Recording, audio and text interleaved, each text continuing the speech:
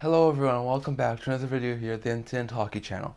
Today we've got a few things to discuss, including a couple of signings, one in Florida, one in Los Angeles, a couple of injury updates from around the NHL, and a handful of trade rumors involving the Philadelphia Flyers, Chicago Blackhawks, Columbus Blue Jackets, Calgary Flames, and Ottawa Senators. We'll do all that coming up right now. Hello everyone and welcome back to another video here. Today I'd like to start things off with a couple of signings that have happened recently. Start with the Florida Panthers. The Florida Panthers have extended defenseman Josh Mahura on a one-year contract extension that'll have an average annual value of $925,000. Now Mahura has done pretty well since being claimed by the Florida Panthers. Mahura was an Anaheim Duck player last year. He had an alright season, having 3 goals and 7 points in 38 games. He was more of a 7th defenseman for the Ducks. With some injuries to the Ducks last year and the fact that they traded guys like Lindholm and Manson, Mahura got a lot of game action on the third pair. Played a pretty good chunk of the season. He wasn't a consistent NHL defenseman, but he was able to get some. And then he came to this year probably thinking the same thing, but the Ducks wound up placing him on waivers. And given the fact the Panthers had a weak blue line, they wound up claiming him to have some more defensive insurance. And he's done quite fantastic for the Panthers. He currently has 4 goals, 11 points in 57 games, so he's already played way more than he did last year. He already has more points than he did last year. He's playing consistently on the third pair with a guy like Radko Gudas for the Florida Panthers, and he's done quite well. So I'm not surprised that the Panthers have really liked him enough to extend him. Mahura's done a fantastic job with Florida this year, and I expect him to continue to do really well. He's a good, maybe not point-producing defenseman, but he's a good defenseman who can play third pair minutes, I think. I'm not sure if he'll ever be able to increase his role to a top 4 one, but I think as a third pair defenseman, he will really do good. So I think a perfect signing for Florida. He's a good depth defenseman and should excel on that third pair. I'm not sure exactly how the Panthers will rework their blue line. I still think it's a little bit weaker. So whether they make trades before the deadline or in the offseason, I do think their defense will look different next year. But I do think Mahura will still be able to nail down a third pair role with the Panthers. So good for Mahura to get his opportunity this year. Really thrived with the Panthers, playing consistent NHL minutes. And good for the Panthers to find a good third pair of defensemen who they claimed off of waivers who can play good minutes for their team. But definitely I think this is good signing for both sides. And lastly, here's the LA Kings. They have made a huge contract signing as they have signed left shot defenseman Mikey Anderson to a 8-year contract extension that will have an average annual value of $4.125 million. Now, Anderson is not a good offensive defenseman, but he is a fantastic defensive defenseman. He's actually putting up some career point totals this year, as after he had 2 goals and 8 points in 57 games last year, he's always been hovering around that 10-point mark. He's still hovering around this year, but he's got a career high in points as he has 2 goals and 13 points in 55 games. So he's definitely always been hovering around that 10-point margin. I know in his rookie year he had 11 points, so he's not a good offensive defenseman, but ever since coming into the NHL, he's been a great defensive defenseman, and he's been paired a ton with the Kings' best defenseman in Drew Doughty on that top pair. And those two have worked out really well, so I definitely think this is a really great signing for the LA Kings. I think that given the way he's played and how well he's played, the $4.125 million, well, maybe a bit out there. I think it's pretty good value for what Anderson can bring. And I think that he's found the right situation in LA, being a good D partner for Drew Doughty, being more stay-at-home defenseman, while Doughty's the more offensive defenseman. And I think those two complement each other really well. So I'm not surprised that he was able to get a long-term extension, given how well he's played. I know last year he signed a 1-year, $1 million deal in the offseason to remain with the LA Kings.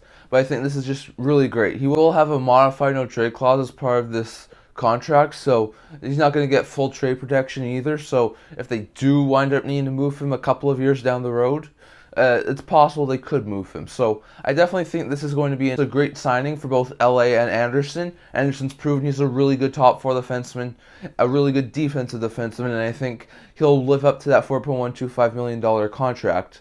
And for LA, they're getting another good left shot defenseman locked up long term. I know there's a lot of talk about guys like Chikrin and Gavrikov trying to be acquired, but they don't have too many good left shot defensemen, and Anderson's worked out perfectly with Doughty on that top line. So I definitely like this signing for LA, and I hope that Anderson continues to do well on the top pair with Doughty. Now that's all the signings I want to get to. Next we go over to the injury update part of the video. Start with the Montreal Canadiens, as they've had a couple of bad and good news on the injury front. Start with the good news, as both Jonathan Drouin and Yoel Armia have been activated over the past week and have gone back into game action, while Aubrey Xhekaj is going to be out indefinitely due to his injury. Now for Drouin and Armia, they both missed about 2 to 3 weeks due to their injuries. Not too much time, but definitely not good. Both had upper body injuries, so it's good to see him get back from those injuries. Drouin's actually played really well ever since getting back, and actually before he was injured as well. Drouin is starting to pick up his pace point-wise, and given the fact that he's on an expiring deal and the Canadiens are sellers at the deadline, it's quite possible that if he continues to play this well, he could wind up being moved. So it's good to see him get back into game action. He's currently playing top 9 minutes right now for Montreal with some of the other guys injured, and he's actually done quite well. I mean, at the start of the season, he was not doing too well. He only had like 2 assists in his first 10-15 games, and there was a lot of talk about how Montreal probably wasn't going to get anything for him, given the fact that he was injured and he wasn't producing well, but he's now producing quite well. So I wouldn't be surprised if Montreal had a few takers for Drouin and could possibly move him before a deadline. And I think getting him healthy and allowing him to continue to produce well is going to be a big step in possibly doing that. As for Armia, he's not done fantastic this year as well. Really, over the past couple of seasons, his production has really gone down a bit, but he's still a really good, healthy bottom 6 forward. And with a couple of guys still out, like a Jake Evans and a Yuri Slavkovsky, they could use a bottom 6 forward like an Armia. So I think it's really good to get him back into the lineup. Hopefully he can produce a little bit more and be more like he was a couple of years ago when he was having those really good seasons with Montreal before he signed his extension. As for the injury, really bad news, but Aubrey Xhekaj is going to be out indefinitely with his upper body injury. Now, Xhekaj has been a fantastic addition to the Canadiens' blue line to this point in the season. Xhekaj has been a really good top 4 defenseman for the Canadiens, a really good physical forward, has really had a couple of good fights this year for Montreal, and he's definitely shown that he's going to be a really good piece of this Canadiens' blue line now and in the future. So not good to see him go down with an injury. I would definitely expect Xhekaj to hopefully return at some point. It does sound like he could be out for a little bit longer, so he may be out a couple of weeks, maybe even longer. So not good for the Canadiens to lose Xhekaj. I mean, they've already lost Goulet to injury. Manson and Manson have both been in and out of the lineup this year due to injury, so that blue line's definitely taken a beating this year. So hopefully Xhekaj can return in the somewhat near future and get back to playing the top 4 minutes with the Montreal Canadiens. But good to see Drouin and Armia get back and bolster that forward group a little bit. Next, over with the Minnesota Wild, they've had both good and bad news on the injury front, as they were able to get back Jonas Brodin off of his injury, but have lost Marcus Foligno to another injury. Now for Brodin, he suffered an injury for a while in the first couple of games that the Wild were back from their All-Star break, and it wasn't really good. They had to use a guy like Goligoski in their top 4, and they sort of rolled with that for a little while. But definitely good to get Brodin back. He was only out for a couple of games, so it wasn't too long of an injury. He's a really good defensive defenseman, probably one of the better defensive defensemen in the NHL. And he's definitely shown that he's a really good top 4 defenseman with Minnesota. So to get him back from his injury is really good for Minnesota. I expect him to continue to do well in a top 4 role and help Minnesota keep on challenging for a playoff spot. The injury to Foligno is not overly great. I know the Wild don't have a really deep forward group right now. And that's why there's a lot of talk about the Minnesota Wild trying to acquire a top 9 forward as much as they can without going over the cap. But hopefully Foligno can return in the near future. He has a lower body injury right now. He's going to be out for an unknown period of time, so it's really hard to pinpoint when he could be back.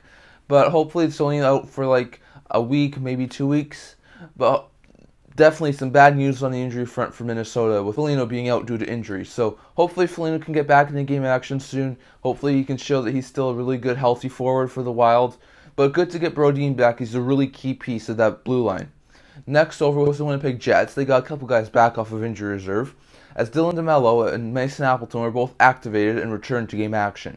Now for Appleton, he had been out for quite a while. He's been out for a couple of months due to a wrist injury, and he definitely was one of those guys earlier on who was injured for a while. I know Ehlers was injured for a while, Logan Stanley on the blue line was injured for a while. I know the Jets have had some injuries with Blake Wheeler, Nate Schmidt, Cole Perfetti. So the Jets were really banged up earlier in the season, but getting Appleton back really does help them. It gives them some more forward depth for now. They started Appleton in the bottom six, which I don't think is too surprising given the fact that their top six is really, really good right now with guys like Perfetti, Shafley, Dubois, Ehlers, etc. So they definitely have some good forwards in their top six, but I definitely think their bottom six could still use a little bit of work, but getting Appleton back is huge. And I think Appleton should continue to be a good third, maybe fourth line forward for Winnipeg and continue to help them offensively. As for DeMello, he had missed about a couple of weeks due to his injury. He was recently placed in injury reserve, now he's back. It's good to see DeMello back. He was suffering with a lower body injury, so it's good to see him back into game action. DeMello is a really good second or third pair defenseman, so to see him get back is good for the Jets. He's not going to be the great impact, but once again, he's a really good defensive defenseman. So to see him get back is good, and there's some talk that Jets may be looking for upgrades on the forward group, and they could use a defenseman like a DeMello or Dylan to maybe acquire that. So it is a possibility that DeMello could be moved by Winnipeg in the near future. I don't think that's going to happen, at least right now.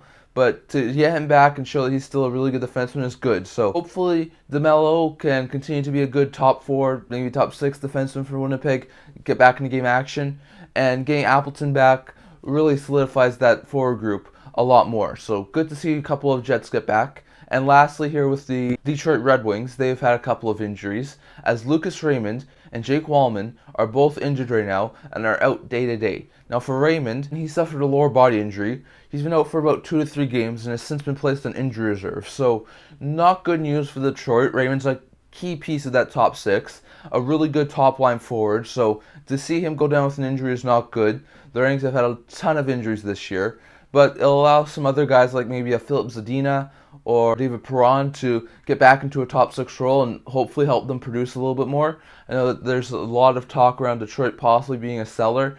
They really want to sign Larkin, but there's no deal in place right now, and they could move Bertuzzi. There's probably a few other guys if they are sellers. So losing Raymond will not really help them in their push for a playoff spot right now, and hopefully some other guys can fill in his role for the time being. As for Wallman, he's not as big of a loss as Raymond is. Raymond's the key piece of their top six. Wallman's a 6th, 7th defenseman for Detroit, so not too much of a loss.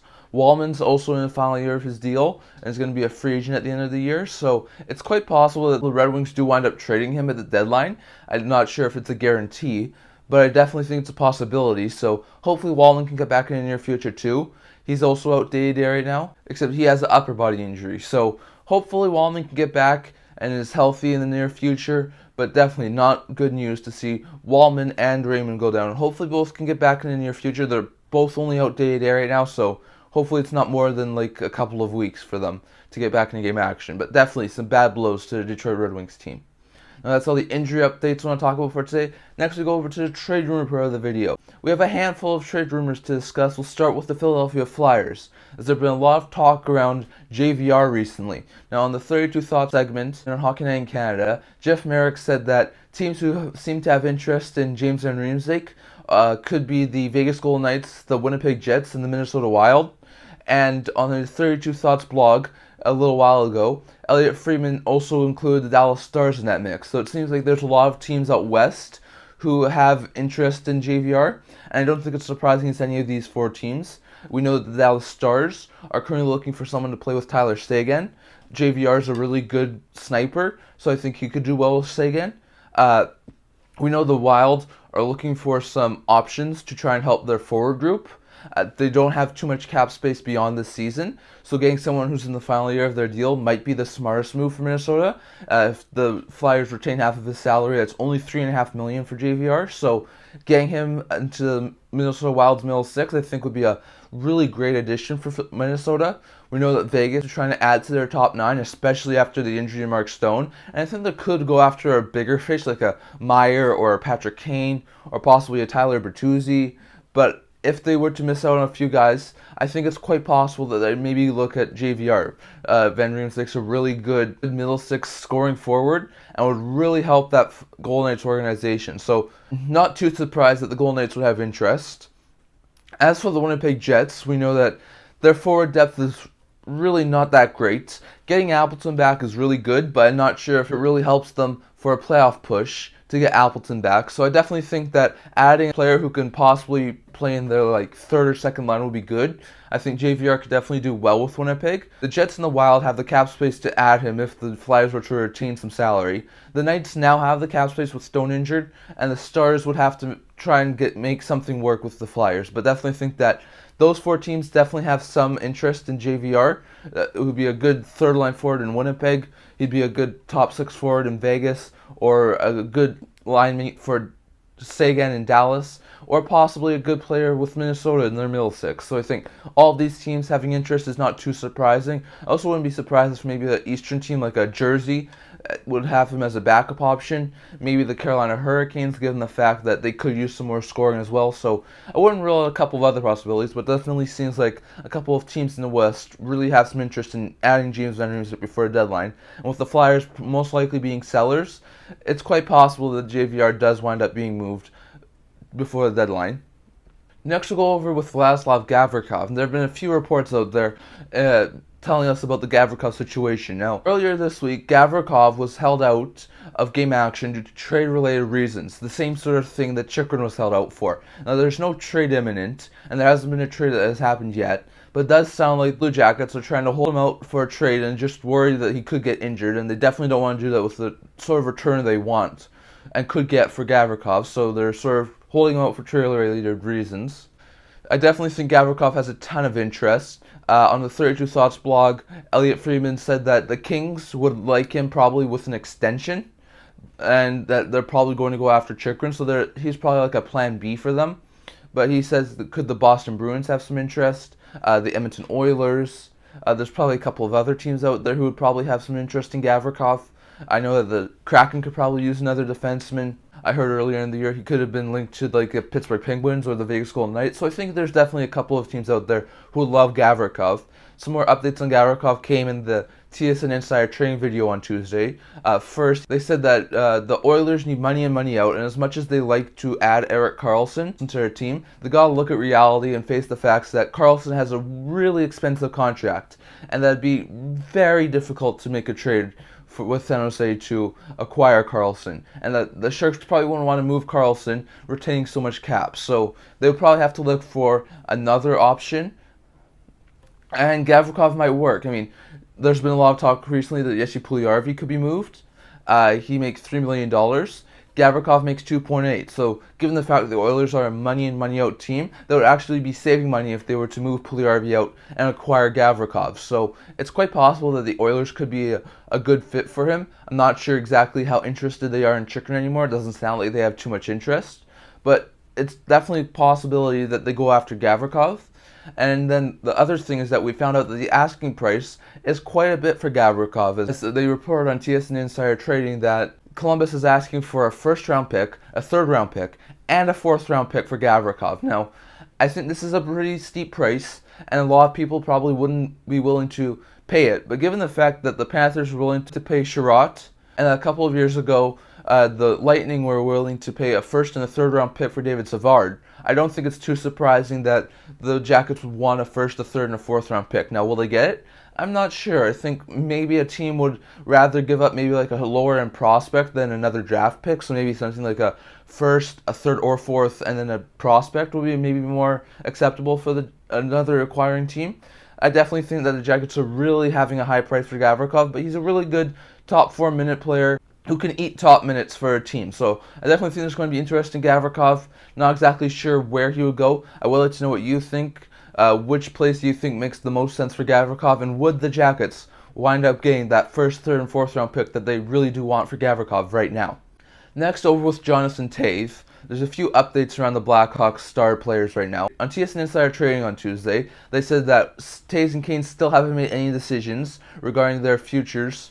It still sounds like they're probably going to make their decisions with about 10 days left before a trade line. 10 days before the deadline is February 21st, which is next Tuesday. So maybe we could expect the decision for Toews and Kane around sometime next Tuesday. It's possible. That could be a little bit closer to the deadline that they decide, but it definitely seems like while they could be nearing a decision, it's still not happened for the Toews and Kane. Elliot Friedman on his 32 Thoughts blog said that things are pretty quiet around Toews right now, given the fact that he's on injury reserve with his illness. I definitely think if he was to still be injured really close to the deadline, there would definitely be a few teams wary to possibly acquire him and would be definitely concerned with his injury. But hopefully he can recover in the near future and he's not missing too much time. But definitely the fact that he's on injury reserve this close to the deadline is not good news. And I think that a trade would have to happen after he comes back off of injury reserve. And lastly, David Pagnotta, who wrote an article in the fourth period, said that he's hearing some whispers that the Seattle Kraken could have interest in Jonathan Toews. Now, not guaranteeing that this would happen, but Toews is a really good face-off player, and there have been a lot of talk this year about the Kraken trying to upgrade that center position to be a better face-off team. So, would I be surprised if the Kraken try to pull off a Toews trade? No, I really wouldn't, given the fact that they really do want like a second or third line center who can take really good face-off draws. But are they going to be the only team interested in Toews? I don't think so. There's a lot of teams out there who could use a top-line center. I know Carolina comes to mind, especially given the fact they really haven't replaced Trocheck. The Avalanche, given the fact that Newhook hasn't really been able to step up in that second-line role and that they haven't been able to replace Kadri from last year. You have Minnesota, who's had a really bad center depth over the past couple of years. So I definitely think there's a couple of teams out there, but maybe add Seattle to the interest in Jonathan Toews, as it's reported that Toews will probably go for like a second or third round pick at the deadline, and the Kraken have 2 second round picks this year. So I would not rule out the Kraken possibly having interest and possibly trying to make an offer to acquire Toews, but it's definitely not going to be the only team out there. So definitely going to be interesting to see where Toews winds up. I'd like to know what you think. Does Toews wind up waiving his no-move clause to be traded? And if so, where do you think he will wind up after the trade deadline? Next, over with Nikita Zaitsev in Ottawa. A quick update here. In a 30 Thoughts segment last week, Elliot Friedman did say that there seems to be a path for the Sens to move on from the Zaitsev contract out west. He's hearing that a couple of teams possibly out west could make a deal work with the Ottawa Senators. And David Pagnotta, on his article, did say that teams like maybe the Ducks, Sharks, and Coyotes could have some interest in trying to acquire Zaitsev. Now, it does seem like the Sens are willing to part with a second-round pick to move on from Zaitsev. Zaitsev has this year, plus the entirety of next year's, on his contract at $4.5 million. He's really more of a seventh defenseman at this point, and the Sens are really trying to upgrade the defensive position, so moving him is going to be a big piece of trying to acquire that defenseman.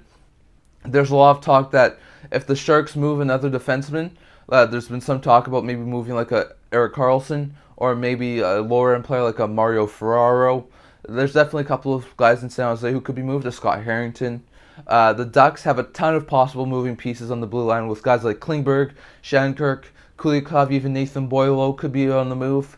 And we know that the Coyotes are trying to trade Chychrun. There's a possibility they move Goss to spare. So these guys are all going to have defensemen most likely be moved before the deadline. And if they were to acquire a second-round pick to take on Zaitsev, I think it would be a possibility for some of these teams. So it's definitely sounding like Zaitsev could be on his way out finally of Ottawa, and that rebuilding team out west could be the team who acquires him. And lastly here, David Pagnotta on the fourthperiod.com did say that the Flames were not having a really good season this year. I think that's really safe to say. They're fighting with the Wild and Avalanche for that final playoff spot in the West. Huberdeau's not had a really great season. Markstrom's not played to the best of his abilities. Mangiapane's not scored as many goals as he did last year, and the Flames as a team haven't really recovered from losing guys like Goudreau and Tkachuk.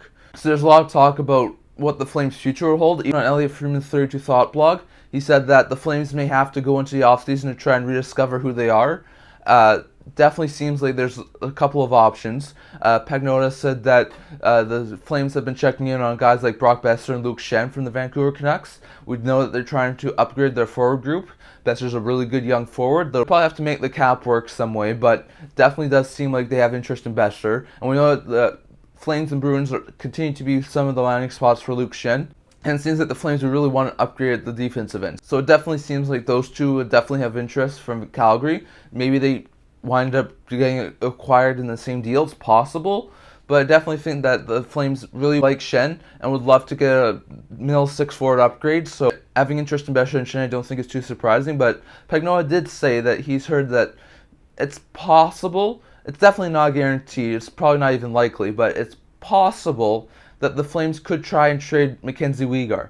Now, Weegar was acquired in the Matthew Tkachuk trade in the offseason.